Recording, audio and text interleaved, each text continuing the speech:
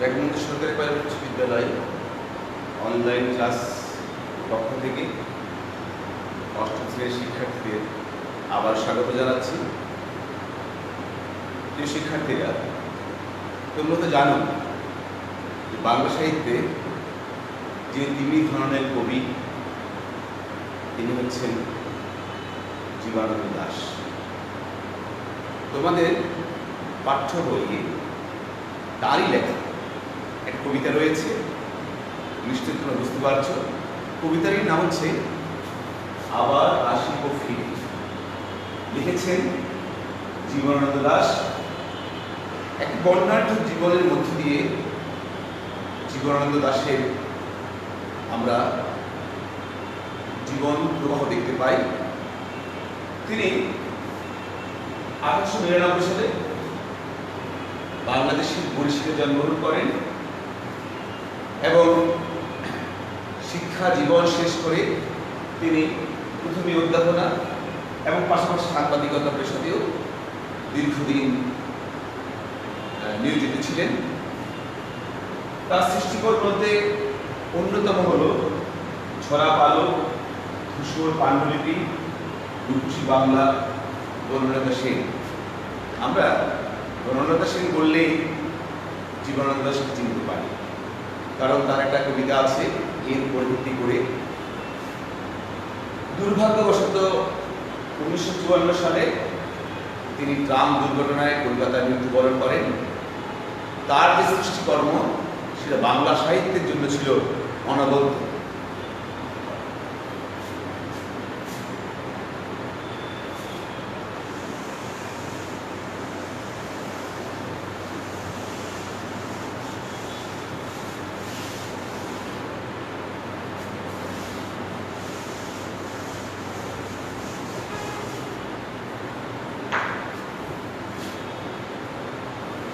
প্রিয় শিক্ষার্থীরা, আবার আসিব ফিরে এক কবিতা।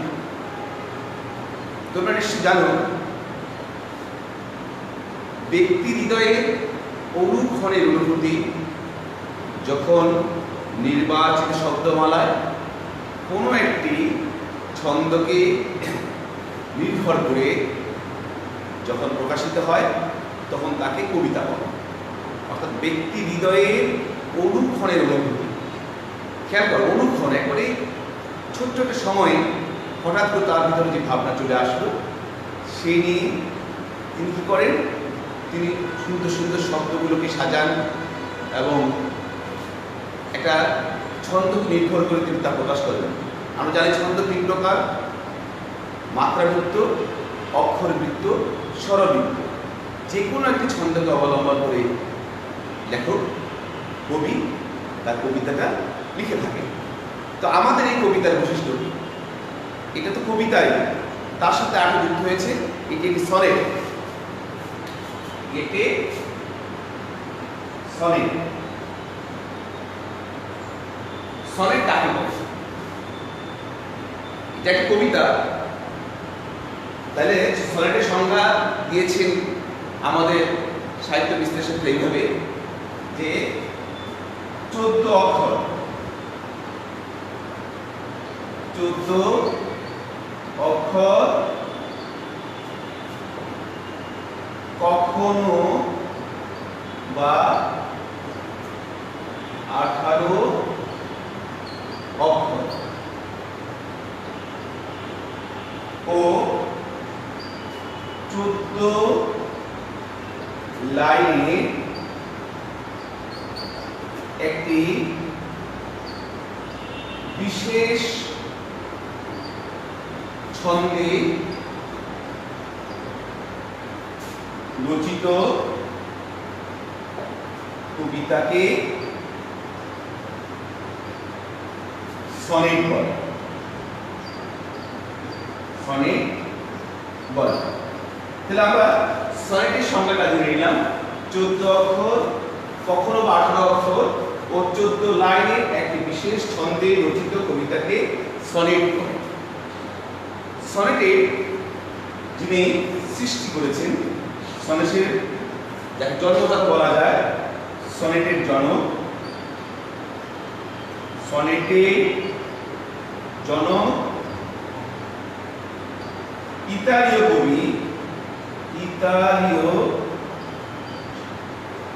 কবি পেত্রার্ক।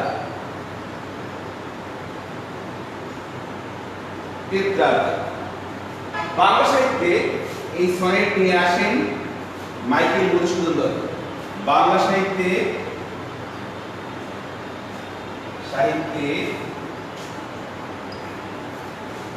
সনেট সৃষ্টি করেন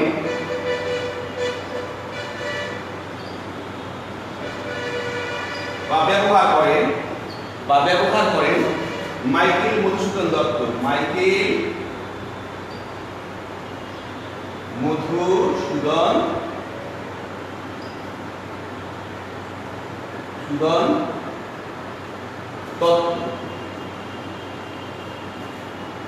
জীবনানন্দ সেন সনেটের বৈশিষ্ট্য হচ্ছে তিনি 14 অক্ষর ব্যবহার না করে তিনি ব্যবহার করেছে 18 অক্ষর। এই জন্য আমরা বলেছি কখনো বা 18 অক্ষর। জীবনানন্দ দাশ তার সনেটে 14 অক্ষর ব্যবহার না করে তিনি 18 অক্ষর ব্যবহার করেছেন। এই জন্য আমরা লিখি 14 অক্ষর কখনো বা 18 অক্ষর। এখন কথা হতে পারে যে অক্ষর কি?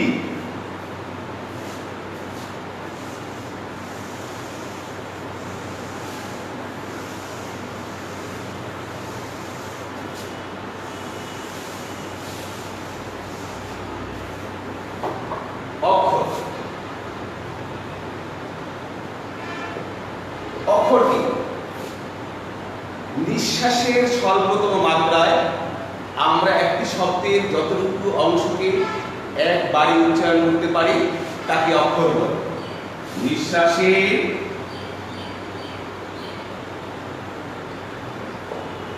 স্বল্পতম মাত্রায়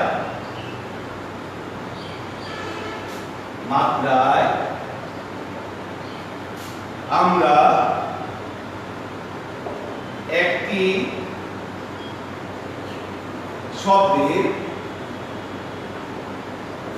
যতটুকু অংশ একবারে উচ্চারণ করতে পারি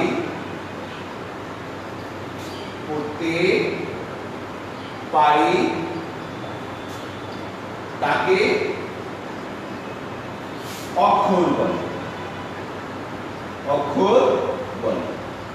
খেয়াল রাখতে হবে ইংরেজিতে যা সিলেবল বাংলাতে তাই অক্ষর। কিন্তু ইংরেজি সিলেবল 4 প্রকার তোমরা জানো, মনোসিলেবল, ডাইসিলেবল, ট্রাইসিলেবল এবং পলিসিলেবল। কিন্তু বাংলায় অক্ষর 2 প্রকার।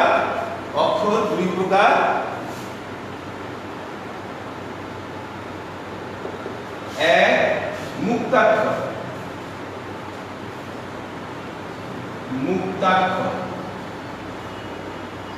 2 বদ্ধাক্ষর। আমরা যখন আরো অন্য ক্লাসে এই অক্ষর নিয়ে বিশেষ করে যখন ব্যাকরণের ক্লাস দেব তখন আমরা এই অক্ষর নিয়ে তোমাদের আরো বেশি আলোচনা করব। আমরা জানার জন্য একটু দিয়ে দিলাম। তাহলে নিশ্চয়ই তোমরা বুঝতে পারছো যে অক্ষর কি? নিঃশ্বাসের স্বল্পতম মাত্রায় আমরা একটা শব্দের যতটুকু অংশ উচ্চারণ করতে পারি। যেমন আমরা যদি বলি আম, যেমন আম, একে আমরা ভেঙে উচ্চারণ করতে পারি না। একে ভেঙে উচ্চারণ করলে হয়ে যাবে আম হয়ে যাবে, আম হবে না। আবার আমরা যদি উচ্চারণ করি পরীক্ষা, একে আমরা ভেঙে উচ্চারণ করতে পারছি পরীক্ষা। এখানে আমাদের 3টি অক্ষর আমরা পাচ্ছি। তাহলে আমরা অক্ষর সম্বন্ধে কিছুটা ধারণা আমরা এখানে নিয়ে নিলাম। তোমরা ভাষায় এগুলো ভালো করে প্র্যাকটিস করবে।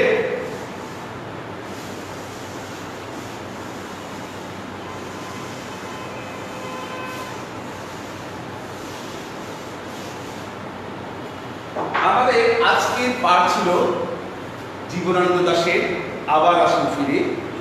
আবার আসেন ফিরে কবিতাটা পাঠ করলে আমাদের কি শিখন করব, অর্থাৎ আমরা এই কবিতাতে কি শিখব? আমরা আগের ক্লাসে বলেছি যে শিখন ফল ছাড়া আমাদের কোনো বিষয় কিন্তু এখন আর নির্বাহ হবে না। প্রত্যেকটা বিষয়ের একটা শিখন ফল লাগবে। অর্থাৎ আমাদের বইতে 114 পৃষ্ঠা দেওয়া আছে পাঠের উদ্দেশ্য। এই পাঠের উদ্দেশ্য হচ্ছে শিখন ফল। শিখন ফল, শিখন ফল এখানে লিখেছে যে কবিতাটি পাঠ করে শিক্ষার্থীরা বাংলা প্রকৃতির রূপবৈচিত্র্যের প্রতি আকর্ষণ অনুভব করবে। বাংলার শিক্ষার্থীরা বাংলা প্রকৃতির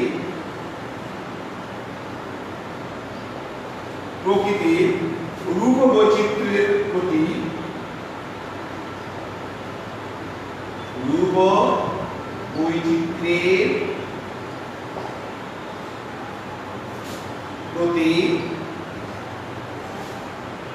আকর্ষণ অনুভব করবে।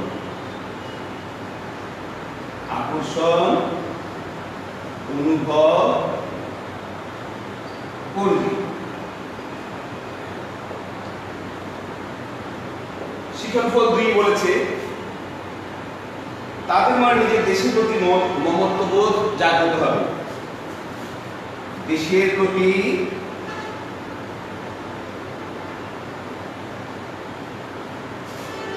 মমত্ববোধ জাগ্রত হবে। মমত্ববোধ জাগ্রত হবে।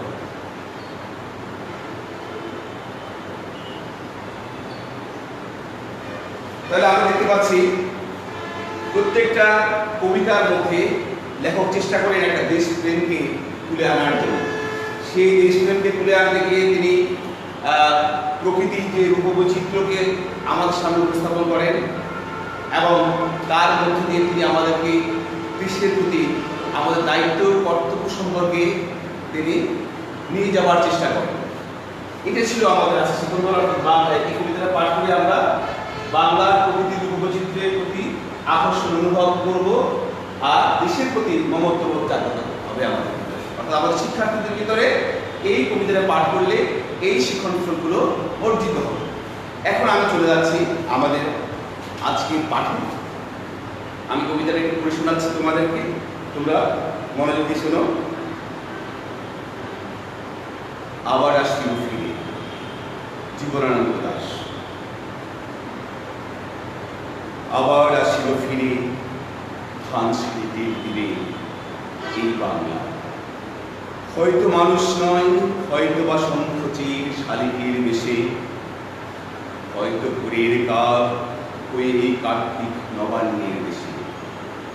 কুয়াশার বুকে ভেসে একদিন আসিবে কাঁঠাল ছায়া, হয়তো বা হাঁস হব কিশোরীর ঘুঙুর রুখিবে না।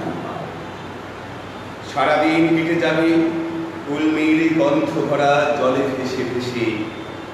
আবার আসিব আমি বাংলার নদী মাছ খেত ভালোবেসে। জলাঙ্গির ধুয়ে ভেজা বাংলার এই তরুণ সবুজ ডাঙায়। হয়তো দেখিব যে সুদর্শন উড়িতেছে সন্ধ্যার বাতাসে, হয়তো শুনিবে এক লক্ষ্মী পেঁচা ডাকিতেছে শিমুলের ডালে, হয়তো খইয়ের ধান ছড়াতেছে শিশু এক উঠানে।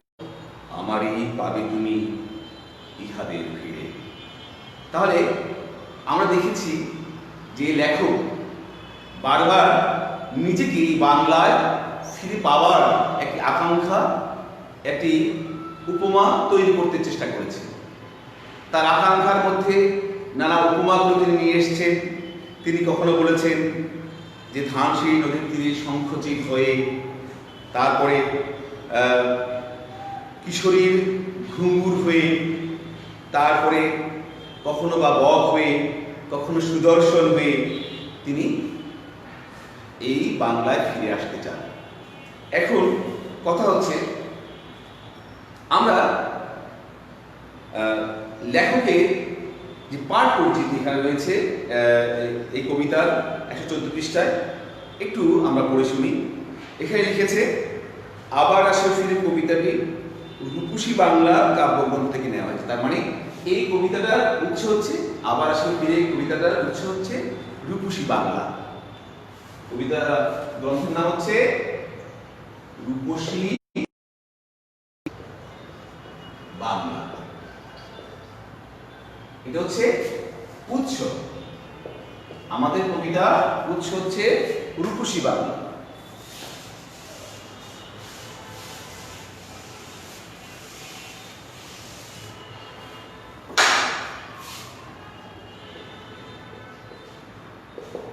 উৎস হচ্ছে রূপসী বাংলা। এখানে আমাদের পাঠে রয়েছে, কবি কবিতায় দেখিয়েছেন যে তিনি নিজের দেশকে খুবই ভালোবাসেন। প্রিয় জন্মভূমির অত্যন্ত তুচ্ছ জিনিসগুলো তার দৃষ্টিতে সুন্দর হয়ে ধরা পড়েছে। তুচ্ছ জিনিস, এখানে তিনি যে শব্দগুলো ব্যবহার করেছেন তার মধ্যে আমাদেরকে যে একেবারেই সাধারণ প্রকৃতিতে ছড়িয়ে ছিটিয়ে থাকা যে উপাদানগুলো রয়েছে সেগুলো তিনি এখানে ব্যবহার করেছেন। এই জন্য সাহিত্য সমালোচক তিনি লিখেছেন যে প্রিয় জন্মভূমির অত্যন্ত তুচ্ছ জিনিসগুলো তার দৃষ্টিতে সুন্দর হয়ে ধরা পড়েছে। কবি মনে করেন তা যখন তার মৃত্যু হবে তখন দেশের সঙ্গে তার মমতার বাঁধন শেষ হবে না। তার মানে কবি মাত্রই অমরত্বের ইচ্ছে পোষণ করেন, কবি অমর হতে চায় তার লেখার মধ্য দিয়ে। আর এখানে জীবনানন্দ দাশ তার কবিতার মধ্য দিয়ে তার সেই মনোবাঞ্ছনাকে আমাদের সামনে উপস্থাপন করেছেন। তিনি বাংলার নদী, মাঠ, ফসলের ক্ষেতকে ভালোবেসে শঙ্খচিল বা শালিকের বেশে এদেশে ফিরে আসবেন। আবার কখনো বা ভোরের কাক হয়ে কুয়াশায় মিশে যাবেন। এমন হতে পারে তিনি হাঁস হয়ে সারাদিন কলমির গন্ধে ভরা বিলের পানিতে ভেসে বেড়াবেন। এমনকি দিনের শেষে যে সাদা বকের দল মেঘের কোল ঘেঁষে নিড়ে ফিরে আসে তাদের মাঝেও কবিকে খুঁজে পাওয়া যাবে। এইভাবে তিনি বাংলার রূপময় প্রকৃতির সঙ্গে মিশে যাবেন। তার মানে আমরা যদি পাঠটাকে আরেকটু পড়ে শুনি তাহলে আমরা দেখতে পাবো যে লেখক কিভাবে ফিরে আসতে চান। তিনি বলেছেন, আবার আসিও ফিরে ধানসিঁড়িটির তীরে এই বাংলায় হয়তো মানুষ নয়, হয়তো বা শঙ্খচিল শালিকের দেশে। অর্থাৎ কবির কথা হচ্ছে, তিনি যদি মানুষ হিসেবে তার পুনর্জন্ম নাও হয়, তবু যে কোনো একটা প্রাণী, যে কোনো একটা পতঙ্গ, যে কোনো একটা উদ্ভিদ হয়েও তিনি এই বাংলায় আবার ফিরে আসতে চান। তার এই বাংলা তাকে এমনভাবে প্রভাবিত করেছে যে তিনি বাংলাকে ছাড়া, এই বাংলা মাতৃভূমি ছাড়া তার কাছে পৃথিবীর আর কোনো কিছুই শ্রেষ্ঠ মনে হয়নি, এবং তিনি এই জন্যই আবার এই বাংলার মুখে তার অমরত্বকে নির্বাহ করতে চেয়েছেন। এবার চলে যাব আমাদের এই পাঠ বিশ্লেষণ শেষে যে নতুন শব্দ আমরা দেখেছি। এখানে কিছু নতুন শব্দ রয়েছে, যে শঙ্খচিল,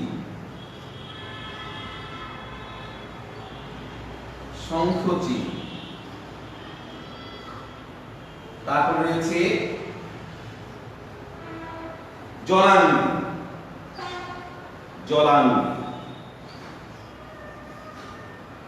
তারপরে রয়েছে সুদর্শন।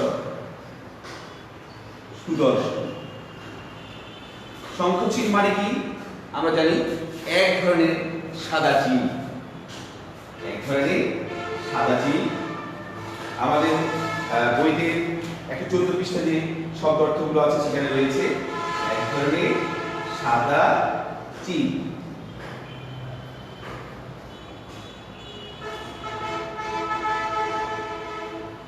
জলাঙ্গি, কবি এখানে জলাঙ্গি বলতে নদীকে বোঝানোর চেষ্টা করছেন। নদী যে জলরাশি, এবং যে জলরাশি প্রথমে কবি বলেছেন আবার আসবে ফিরে ধানসিঁড়ির তীরে। ধানসিঁড়ি একটা নদীর নাম, আর এখানে তিনি জলাঙ্গি সেই ধানসিঁড়িকে বা বাংলার যে কোনো নদীকে তিনি উপমা হিসেবে আমাদের সামনে উপস্থাপন করার চেষ্টা করেছে নদী। সুদর্শন, সুদর্শন শুনলেই মনে হয় যে কোনো একটা সুন্দর দর্শনীয় ব্যক্তিত্ব। সুদর্শন বলতে আমরা কোনো ব্যক্তিত্বকে বোঝাই যে খুব সুন্দর, যার ভিতর ব্যক্তিত্ব রয়েছে এবং যার সৌন্দর্য বোধ রয়েছে এবং তাকে দেখতেও ভালো লাগে, আমরা তাকে সুদর্শন বলে থাকি। তবে এখানে লেখক সুদর্শন বলতে বুঝিয়েছে গুবরে পোকাকে। গুবরে পোকা।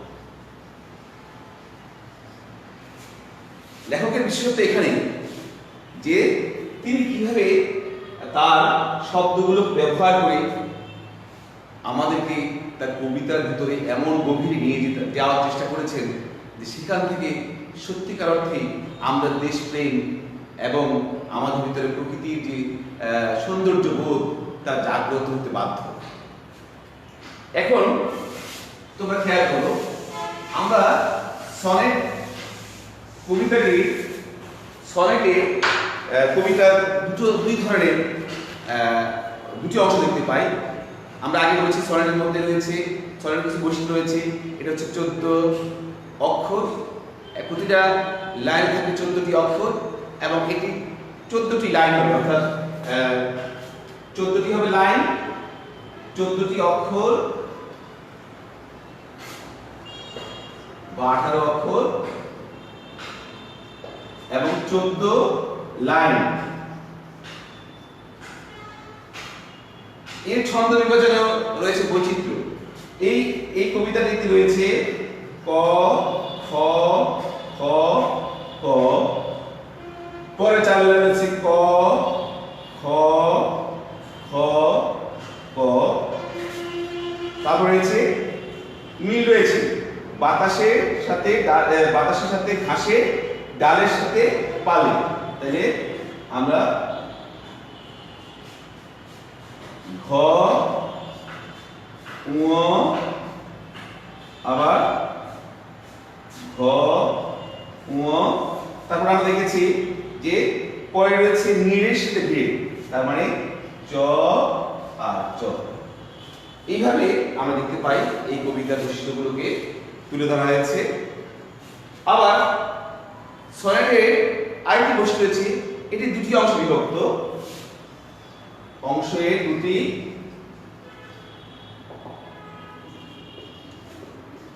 অষ্ট, প্রথম 8 লাইন হচ্ছে অষ্ট। এতে ভাবের অবতারণা হবে। এতে কি বলতে চান লেখক সেই ভাবটির অবতারণা হবে। অষ্টটি রয়েছে ভাবের অবতারণা, ভাবের অবতারণা, আর শেষের 6 বলা হয় ষষ্ঠ। ষষ্ঠ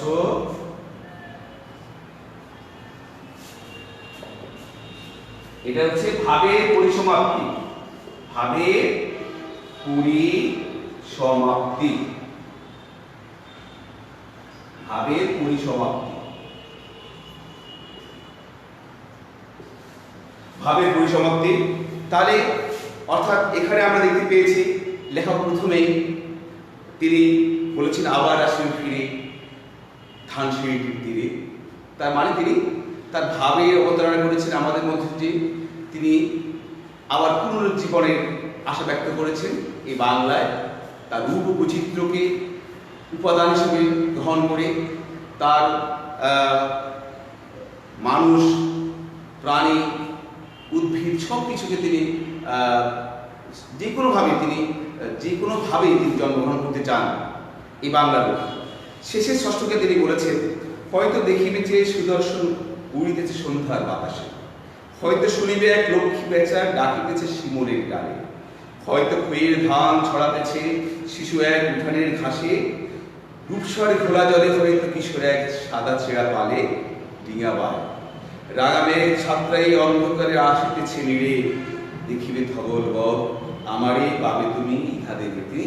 তার মানে তিনি বলতে চান এর যে কোনো একটি হয়ে তিনি থাকবেন, অর্থাৎ এটা তার ভাবের পরিসমাপ্তির জন্য তিনি এখানে যে কোনো একটি প্রকৃতি, যে কোনো একটি উপকরণ হয়ে তিনি এই পৃথিবীতে থাকবেন, অর্থাৎ এই বাংলায় তিনি থাকবেন।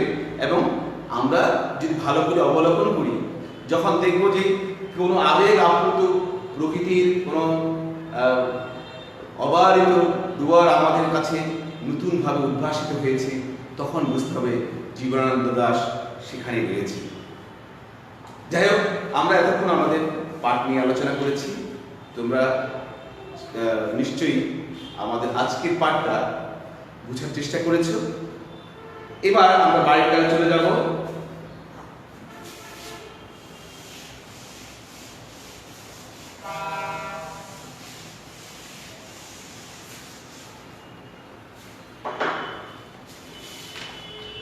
আমাদের যেহেতু প্রশ্ন উত্তরগুলো সৃজনশীল হয়ে থাকে, তাহলে আমরা বাড়ির কাজে সৃজনশীল একটি প্রশ্ন উত্তরে চলে যেতে পারি।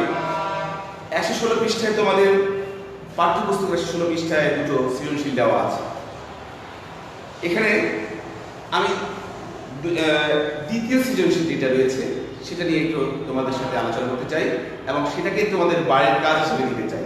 খেয়াল করো, এখানে লেখা হয়েছে, বাংলার হাওয়া বাংলার জল, হৃদয়ে আমার করে সুশীতল, এত সুখ শান্তি এত পরিমল, কোথা পাবো আর বাংলা ছাড়া। তাহলে লেখক বলেছেন যে বাংলার হাওয়া বাংলার জল, হৃদয়ে আমার করে সুশীতল। তাহলে বাংলার সব কিছুই আমাদের হৃদয়ে খুব কাছাকাছি পৌঁছতে সক্ষম, আমাদের হৃদয়কে স্পন্দিত করতে সক্ষম, আমাদের হৃদয়ের খোরাক মেটাতে সক্ষম, আমাদের হৃদয়কে সুশীতল করতে সক্ষম। আর প্রথম প্রশ্ন বলেছে, আবার আসো ফিরে কবিতাটি কোন কাব্যগ্রন্থ থেকে নেওয়া হয়েছে? আমরা জানি এই কবিতার প্রশ্ন উত্তর হচ্ছে রূপসী বাংলা। আমরা এটা আগে বলেছি যে উৎস হচ্ছে রূপসী বাংলা। খ প্রশ্ন অর্থাৎ অনুধাবন প্রশ্ন বলেছে, বাংলার সবুজ করুণডাঙ্গা বলতে কি বোঝানো হয়েছে? তাই বাংলার সবুজ করুণডাঙ্গার আমাদের উৎস কোথায়? আমাদের উৎস হচ্ছে জীবনানন্দ দাশের আবার আসো ফিরে কবিতা। আমরা এখানে জ্ঞান হিসেবে নিতে পারি আবার আসো ফিরে কবিতা কবি জীবনানন্দ দাশের একটি অনবদ্য সৃষ্টি। এবার আমরা বাংলা সবুজ করুণডাঙ্গার যে বিশ্লেষণটা সেটা আমরা দিয়ে দিতে পারি। গতে বলেছে, উদ্দীপক অবলম্বনে আবার আসো ফিরে কবিতার প্রাকৃতিক সৌন্দর্যের বর্ণনা দাও। তাহলে প্রাকৃতিক সৌন্দর্যের বর্ণনা আর উদ্দীপক, আমরা জীবনানন্দ দাশের কবিতায় যে প্রাকৃতিক সৌন্দর্য দেখেছি আর উদ্দীপকে যে প্রাকৃতিক সৌন্দর্য দেখেছি, এর সাথে বিশ্লেষণ করার আগে আমরা চলে যেতে হবে এর জ্ঞান। জ্ঞান আমরা একবার দিয়েছি উৎসব, তারপরে বলেছি জীবনানন্দ দাশের সৃষ্টি সম্পর্কে, তারপরে এখন আমরা বলতে পারি যে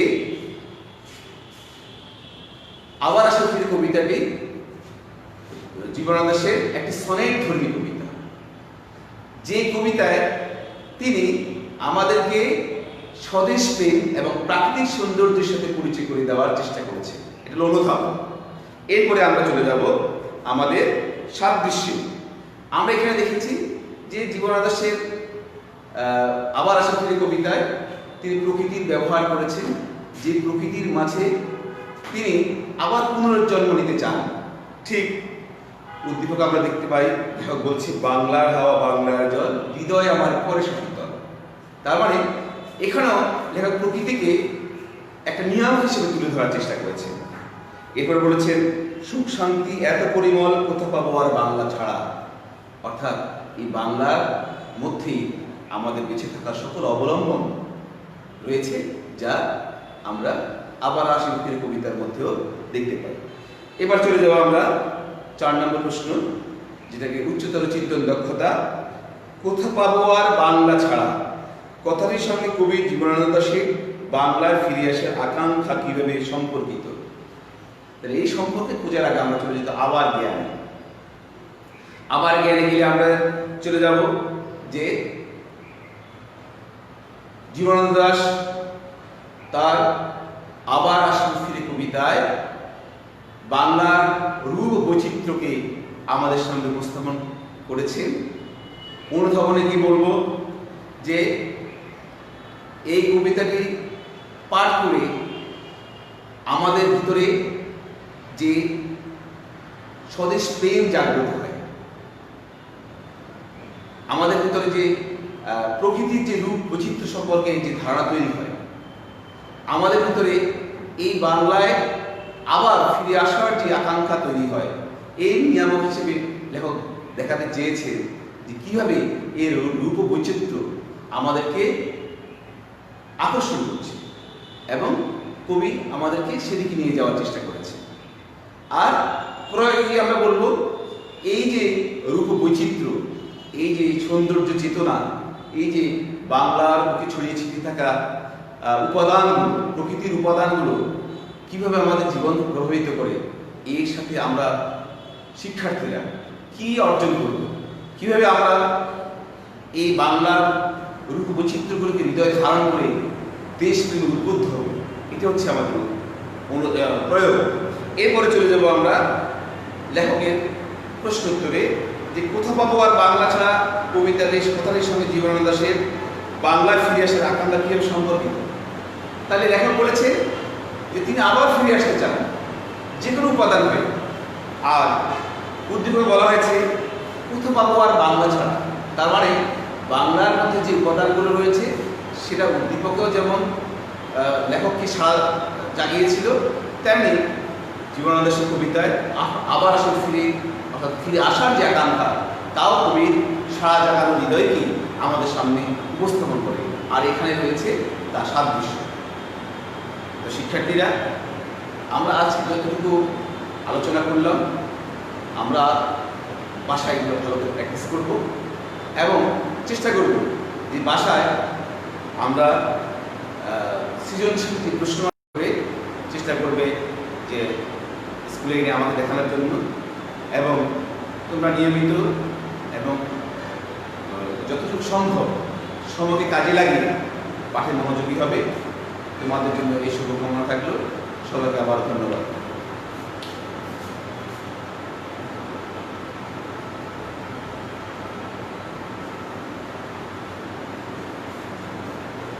আজকের মতো এখানে শেষ করছি। ধন্যবাদ সবাই।